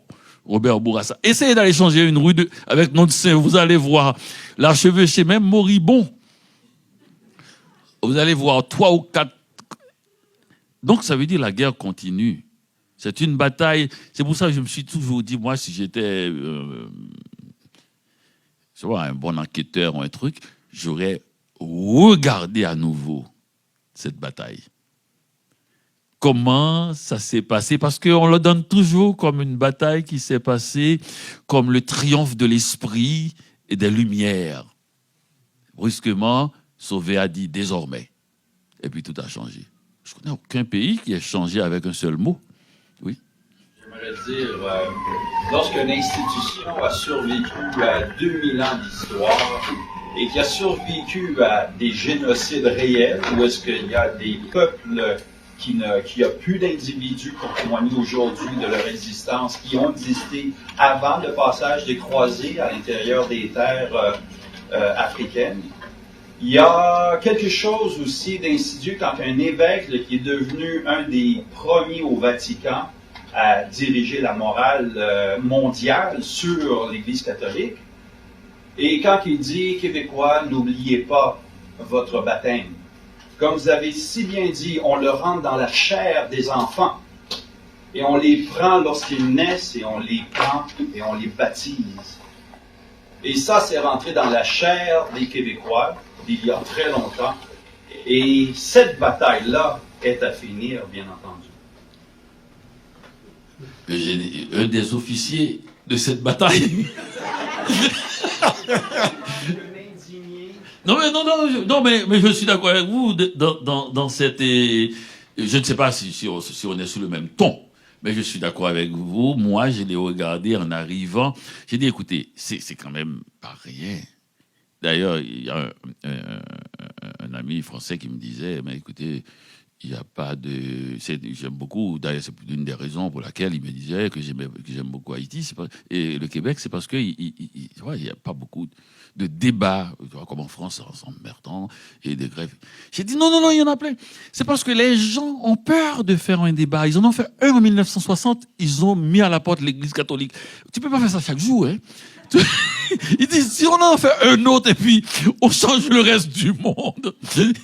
C'est tellement sérieux que pour faire un débat, il faut avoir une distance d'esprit. Il faut à la fin serrer la main. Mais ils sont tellement sérieux qu'ils sont capables d'aller jusqu'au bout. Tu vois, sûrement, il y a des gens qui vont dire, quand même, arrêtez. Non, pas du tout. Ils ont changé, ils ont renversé, ils ont fait ils ont remplacé l'église par l'école. Ça, c'est une révolution. Donc, on n'est pas prêt à en faire un. Mais c'est vrai, quand même, qu'on n'a pas discuté longuement de cette présence symbolique puissante de quelque chose dont on a cru s'en débarrasser. Et elle est puissante. Oui, mais on va partir à la bataille demain. On parlait tout à l'heure de l'occupation américaine. Cette occupation américaine qui a provoqué la guerre en Haïti une nouvelle fois, une bataille, et une nouvelle fois aussi l'élite de Port-au-Prince n'avait pas participé. Et dans cette bataille, ce sont les gens des paysans du Nord, les Cacos, qui ont mené cette bataille. Et c'est intéressant parce que les Américains sont venus comme porteurs de progrès. Alors, ils ont assaini, vous savez, les grands travaux de progrès et ils ont lancé des idées. Naturellement, ils ont profité pour lancer la McDonald's Company. Ça aussi, hein, ça rentre. Et ils ont... Et puis, brusquement, c'est pas, quelqu'un a dit, mais vous savez, c'est pas tout le temps et que l'obscurantisme prend figure d'analphabétisme. Des fois, ça prend figure de progrès aussi. Hein. Il faut savoir que quand le progrès n'est pas adapté aux conditions de vie des gens, quand il est donné, il faut savoir qu'est-ce qui va arriver après, comment on va le payer, ce progrès-là. Et je crois que dans l'histoire humaine, la question, il y a toujours cette petite question que les gens se posent, même quand il a fallu passer à l'alphabet, aux lumières.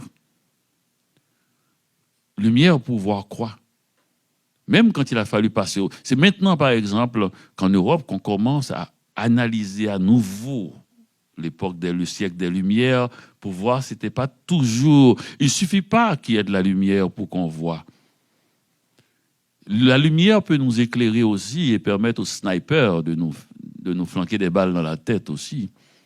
Donc, la lumière, il faut pas... Et c'est pas n'importe quel discours sur le progrès et même n'importe quelle action de progrès qui soit et progressiste, parce que le progrès demande une adéquation entre les intérêts des gens réels, ce qu'ils veulent aussi, et ces éléments de progrès concrets. Il ne s'agit pas de mettre de l'électricité à Port-au-Prince, de dire que tu vas faire le progrès. Il ne s'agit pas. Ça ne suffit pas. Il faut savoir qui va le faire. Quand on vous dit, par exemple, et on l'a dit souvent, par exemple, nous, on a grand besoin de circuler en Haïti. On a beaucoup de problèmes avec les voitures, les camions qui tombent avec des centaines de gens là-dedans qui meurent. Quelqu'un vous dit, on va faire un système de train qui va traverser le pays. C'est magnifique. C'est magnifique. Mais maintenant, il faut savoir, est-ce que c'est pour lui ou pour nous? Parce que ce système de train, il faut savoir qui va le mettre là-dedans. Et s'il croit, qu'est-ce qu'il va transporter là-dedans? S'il vous dit, comme l'a dit la McDonald's Food Company, on va transporter des bananes. Tu dis, mais où est-ce qu'il va prendre les bananes? Mais on n'a pas tant de bananes que ça. Et qu'il vous dit, mais écoutez, mais on va les planter, les bananes. Mais nous savons très bien que la terre n'est pas élastique. Vous allez arracher quelle plante pour planter les bananes? Eh bien, on va arracher le café, on va arracher... Donc, c'est comme ça. Et puis, brusquement, on fait une monoculture. Et puis, mais qui va manger les bananes? Ah non, vous n'allez pas manger les bananes, vous n'avez pas d'argent pour cela. On va le vendre à des gens qui vont l'acheter bien cher. Oui, mais pourquoi faire cet argent-là? Donc, c'est ça aussi, et brusquement, quelque chose qui était ce dont on a besoin le plus. Le tramway, le train, la compagnie, et brusquement on voit que ça peut ne pas être dans nos intérêts. Et quelque chose, et c'est toujours ça, c'est toujours des promesses de richesse immédiate, bien organisées, des rapports très précis qu'on vous fait, et qu'à un moment donné, dans votre misère, parce que ça arrive toujours, parce que vous êtes dans une misère totale économique et une misère politique, et que vous dites oui. Le grand truc qui menace Haïti en ce moment, c'est qui va arriver, parce que c'est quelque chose qui menace et qui en même temps une solution et une menace, c'est le tourisme. Haïti vient d'avoir une publicité énorme ces dernières années avec le séisme. C'est un pays qui a toujours marché dans la tête des gens. Il est fantastique, je ne sais pas, je crois profondément que c'est l'indépendance d'Haïti qui court encore dans l'histoire, dans l'air, et qui fait que les gens fantasment quelque part sur Haïti. Plus le long tunnel noir de la dictature des Duvalier. Et c'est comme si ce pays, on dirait, c'est une zone asphyxiante. Les gens ont l'impression que,